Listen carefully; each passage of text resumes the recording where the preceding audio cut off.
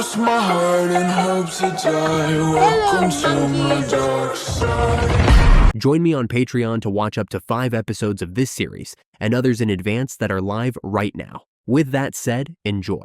Everyone in the classroom jumped at the sudden, thunderous sound of destruction echoing from just beyond the school's sturdy walls. Walls that now felt as fragile as paper, ready to be torn apart at any second. The children froze where they sat, their wide eyes flickering toward the side windows.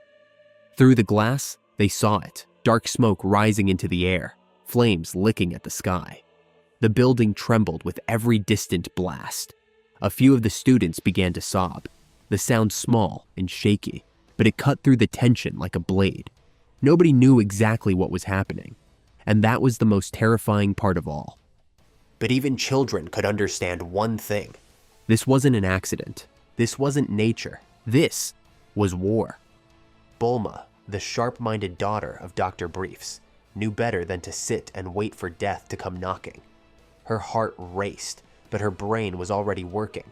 Every second counted. She stood up, every eye turned toward her. The others wanted her to sit down, to stay quiet, to wait for help. But she couldn't. She wouldn't. Bulma ran straight to the teacher's desk and grabbed a small decorative rock that had been sitting there as a gift. "Bulma, what are you doing?" the teacher shouted, panic thick in her voice. "Sit down right now." Bulma didn't even look back. "Follow me if you want to live," she yelled, lifting the rock high and hurling it at the back window with all her strength. The glass shattered, spraying across the floor in glittering shards. Without hesitation, Bulma dove through the opening, landing roughly on the grass outside. She rolled, coughed, then looked back. The smoke was thicker now, the screams and explosions louder. "I have to run," she whispered to herself. And she did. Her legs pumped as fast as they could go. She could hear the pounding of her heart, the chaos closing in behind her. A few other students and the teacher followed her through the window, stumbling into the open, but not everyone was brave enough to leave. Some stayed behind, too scared to face what waited outside. At that moment, survival became personal. It was every man, woman, and child for themselves. Bulma darted through the back of the schoolyard, spotting a line of armored trucks parked not far away. Soldiers had been stationed there earlier to protect the area, but now most of them had rushed to the other side of the school to engage whatever was attacking the city. Helicopters thundered overhead, rotors slicing through smoke. Fighter jets screamed across the sky, leaving blazing contrails as they zoomed past. Bulma forced herself to focus, shutting out the chaos. Get to the truck. That was all that mattered. Hi-ya! The ear-splitting shriek cracked through the air, powerful enough to make stones on the ground split. Every head turned toward the sound. One of the fleeing students collapsed, blood pouring from their chest. A stray bullet had pierced them, deflected off something unseen. The sight froze everyone in place, everyone except Bulma and the teacher. "Move!" Bulma shouted, sprinting toward the nearest armored vehicle. They climbed inside, slamming the doors shut behind them. Bulma scrambled into the driver's seat and gripped the steering wheel tightly. The teacher's face went pale. "Do you even know how to drive?" she cried out in disbelief. "I flew an alien spaceship before. This is nothing," Bulma shot back without missing a beat. "But your feet don't reach the pedals," the teacher shouted. "Then you push them," Bulma barked. Seeing no other choice, the woman dropped to her knees and pressed her hands against the pedal. The engine roared to life. Bulma twisted the wheel sharply, and the tires screeched against the asphalt as the armored truck lurched forward. Through the mirror, Bulma caught sight of the other children standing outside, their faces a mixture of fear and betrayal. Her stomach twisted with guilt, but she didn't stop. There was no time to save everyone, not now. The teacher, on the other hand, was too consumed by relief to feel remorse. She just wanted to live. The streets of West City were chaos. Fire, debris, gunfire. Bulma swerved around wrecked cars and broken light poles, her small hands gripping the wheel with determination beyond her years. Then, through the smoke, she saw something that made her blood run cold. The school. It collapsed in on itself like a dying beast, the walls crumbling into rubble. Bulma gasped. What? What happened? The teacher's heart jumped. For a second, she thought a tire had blown. Anything that slowed them down meant certain death. The school? It fell apart, Bulma shouted. Tears burned her eyes, but she kept going. Fear couldn't stop her now. Her focus was iron. The truck roared down the street, cutting corners at reckless speeds. Within seconds, the gates of Capsule Corporation came into view. Brakes! Bulma screamed. The teacher stomped down hard, and the truck screeched to a halt. Before it even stopped fully, Bulma threw open the door and jumped out. Where are you going? The teacher yelled after her, stunned. The woman thought Bulma was taking them to safety, to another city, maybe anywhere but here. But stopping in West City, the heart of the destruction, that was madness. Bulma didn't look back. I'm going to get my daddy, she shouted. Ahead, the doors of Capsule Corporation opened. Dr. Briefs emerged, carrying a metallic briefcase, hurriedly stuffing it with supplies as the distant sounds of chaos drew closer. His face lit up with relief the moment he saw his daughter running toward him. Daddy! Bulma cried, leaping into his arms. Oh, Bulma, dear! Dr. Briefs held her tight, tears brimming in his eyes. He had feared the worst, but now, holding her, he felt a small spark of hope. Even though he knew the area where Panchi had been was already under attack, at least one piece of his family was safe. He knelt down, resting his hands gently on her shoulders. We have to get out of here now. Behind them, the teacher, seeing her one chance, jumped back into the driver's seat and sped off without a second thought. The screeching tires made Bulma flinch. Our escape vehicle, she cried. Don't worry about that, Dr. Briefs said firmly. He pulled a capsule from his pocket, pressed the top, and tossed it into the yard. With a loud pop and a puff of smoke, it expanded into a storage unit. We'll minimize the house before we leave. We're taking it with us to Mr. Omori's island. Bulma's eyes widened. But what about Mommy? She whispered. This was exactly what Dr. Briefs had already feared. Panchi was in the very part of West City that had been attacked. It was too dangerous, too chaotic to even think about going back. As much as it tore him apart, he couldn't risk Bulma's life chasing a miracle. He placed a gentle hand on his daughter's blue hair and spoke softly but firmly. We'll look for her after we're safe. Now, come on. Bulma nodded, her throat tightening. She wanted to cry, to run back and search for her mom, but she knew her father was right. Omori's island might not have been completely isolated, but right now, it was their best shot at survival. On it, she said, her little voice trying to sound brave. She ran to the front door of Capsule Corp and pressed the small red button on the wall. The house trembled for a brief second before a cloud of smoke puffed out, and the massive structure shrank into a tiny capsule. Bulma caught it mid-air and tucked it carefully into her pocket. When she turned, her father was watching her with that calm, confident smile of his, one that always made her feel like everything would somehow be okay. He winked, and Bulma managed a small smile in return despite the chaos around them. High above the burning cities, far beyond the clouds, stood an old, wrinkled man on a floating platform. His long antennae twitched faintly, and his aged hand clenched tightly around his wooden cane. Kami, the guardian of Earth, gazed down with sorrow as smoke rose from the crumbling remains of West City. Every explosion made him flinch. Every scream below made his heart ache. He had seen this before. Children crying for parents who would never come. Parents praying for gods who couldn't answer fast enough. It was the same endless nightmare repeating again. Innocent lives slaughtered like cattle while evil smiled. Kami's voice trembled, heavy with grief. This is shaping to be just as terrible as the destruction Daimao brought upon our world. Beside him, Mr. Popo's dark eyes narrowed. Yes, Kami, he said solemnly. Piccolo Daimao spread chaos for days before he was finally stopped, and by the looks of it, This could last just as long, if not longer. West City and North City have already fallen, and now they move toward the southern regions. Popo could sense Kami's worry, the weight of the world pressing down on his shoulders. The Earth's protector was silent, lost in thought, until Popo finally spoke again. "Perhaps," he said carefully, "we should call upon the same warriors who helped defeat the beast that plagued our world not long ago." Kami's gaze lifted slightly. Popo was right. Before these two invaders had arrived, Earth had faced smaller but similar threats. Terrible creatures that appeared every month like clockwork, bringing chaos wherever they landed.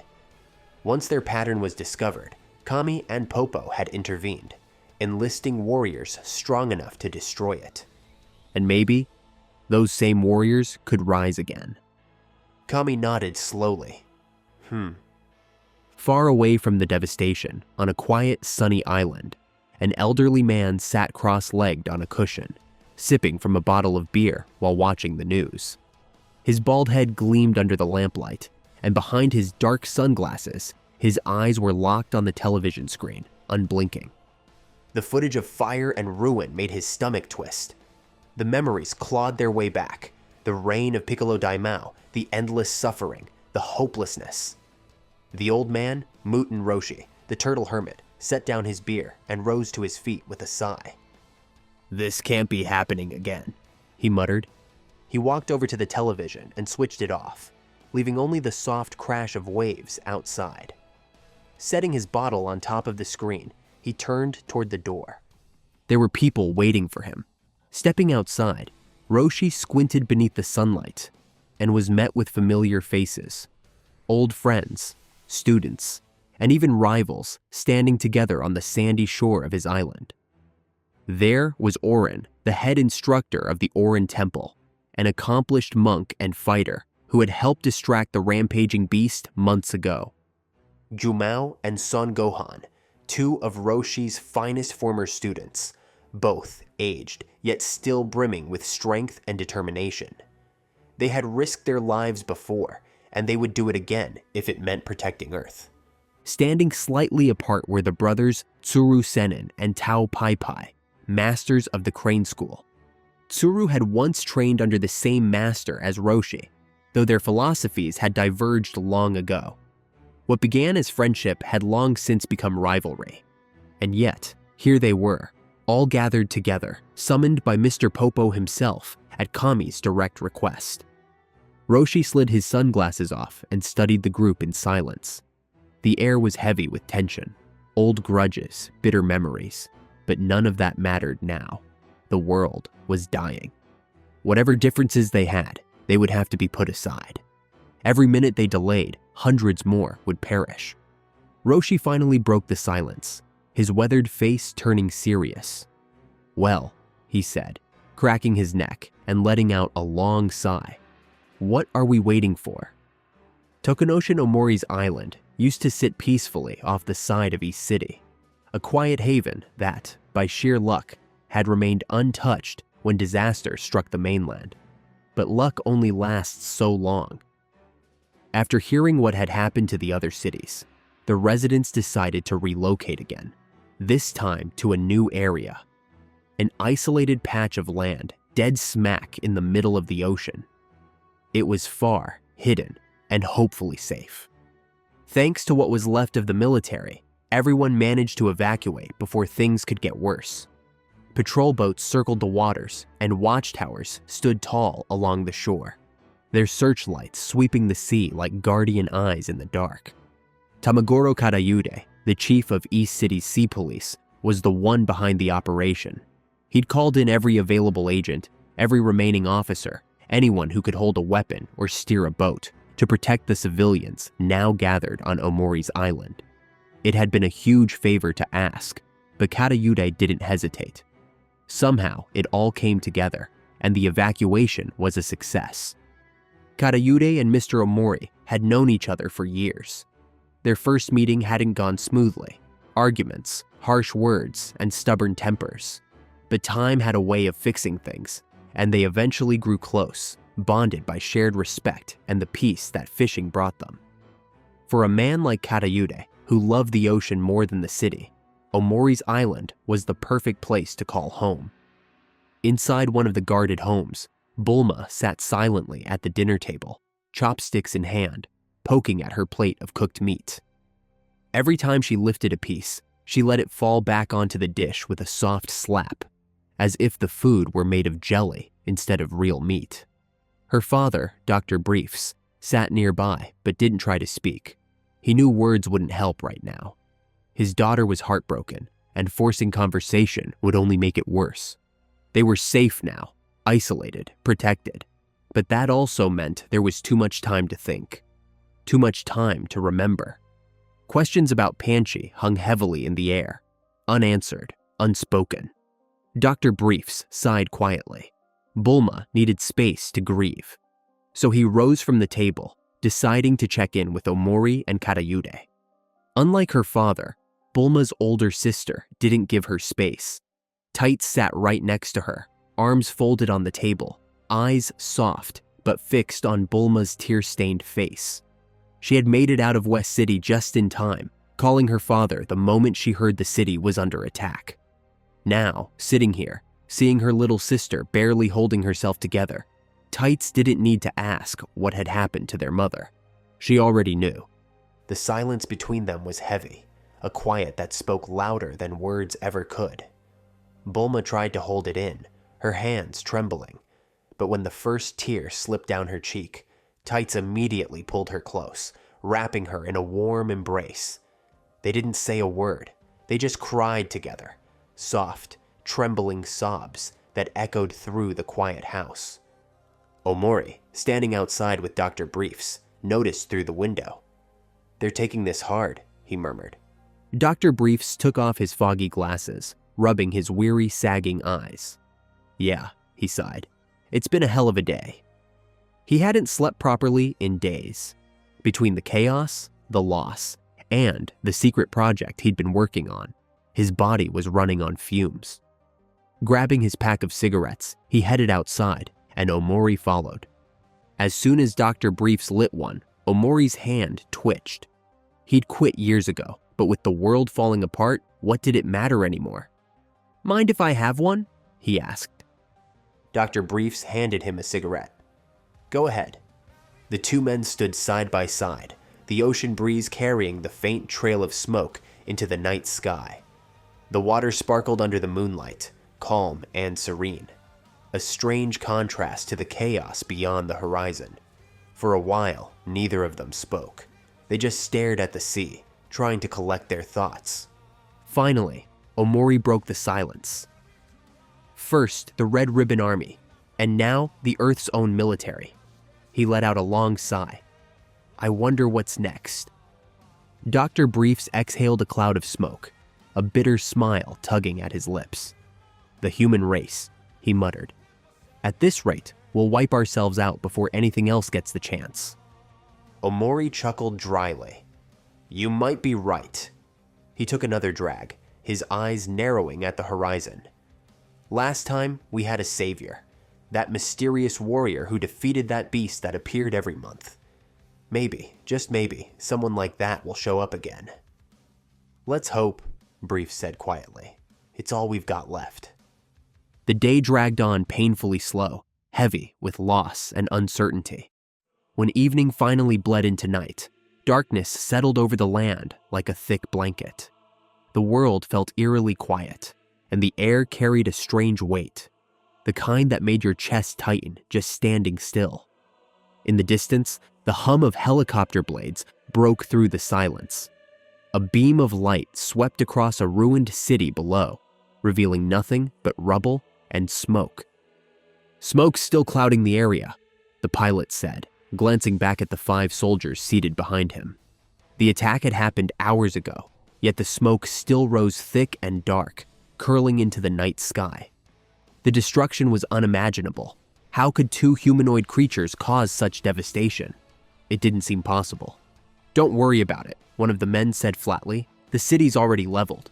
As long as we stay above 50 feet, we won't hit a thing." "Copy that," the pilot replied.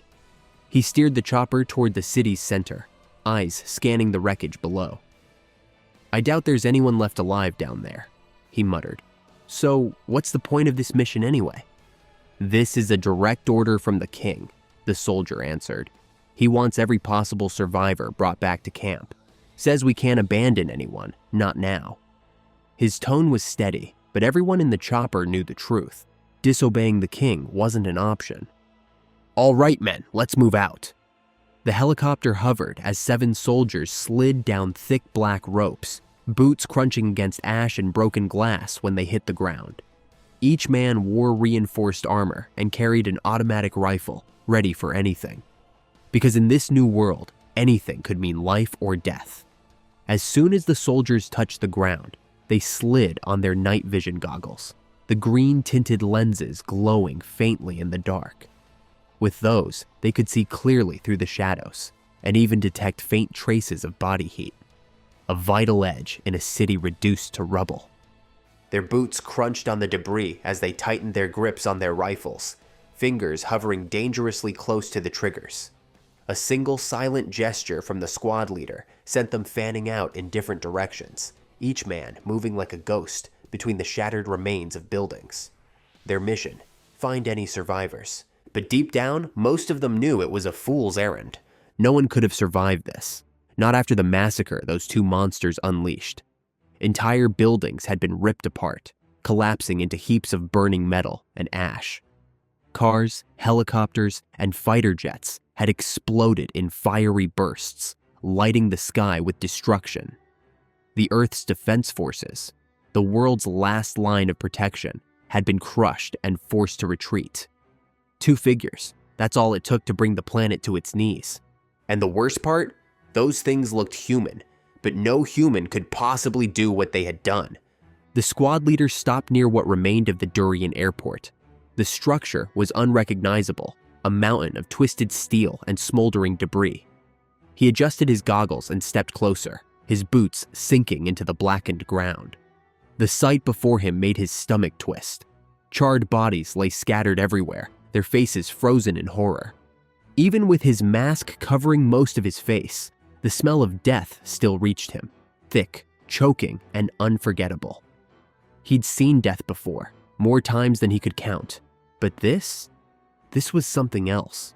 This wasn't war, it was slaughter, and somewhere in the shadows, something was watching them. The further the men spread apart, the easier it became for the unseen predators to hunt them, one by one. The leader pressed forward, moving past burned-out cars and toppled buildings. His heartbeat pounded so hard that he could hear it in his ears. He wanted to run to escape this cursed place, but his loyalty to the king kept his boots planted firmly on the ground. He knew what those intruders were capable of. If they could take down entire fleets of aerial machines with ease, then what hope did he, a man with a gun, really have?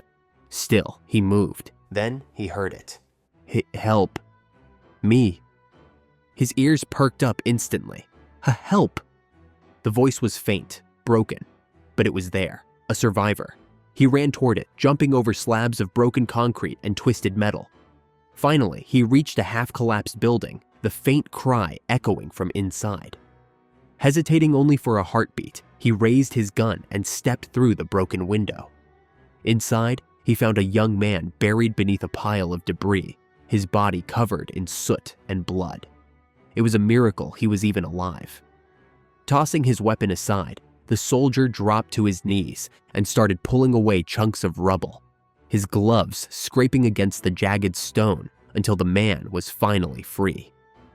"Hang in there," he said under his breath, hoisting the wounded man over his shoulders like a fallen comrade. Once outside, he pressed his comm device. 20 meters up from landing destination. I've got one. Over. He waited. Nothing. No reply. He frowned, trying again. Still silence. Maybe the others were busy rescuing people too, he thought. Or maybe their radios were jammed. He shook it off and kept walking, the survivor mumbling weak words of thanks against his shoulder. Step after step. Silence. Each minute that passed twisted the tension deeper into his gut. Something wasn't right. He pressed the comm again. "I'm near the landing destination. Do you copy? Have you found any others? Over." Then, thud, 6 bodies landed right in front of him, lifeless and broken.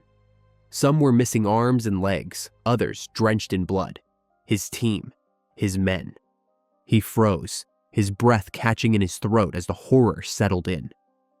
They're still here, he whispered, voice trembling.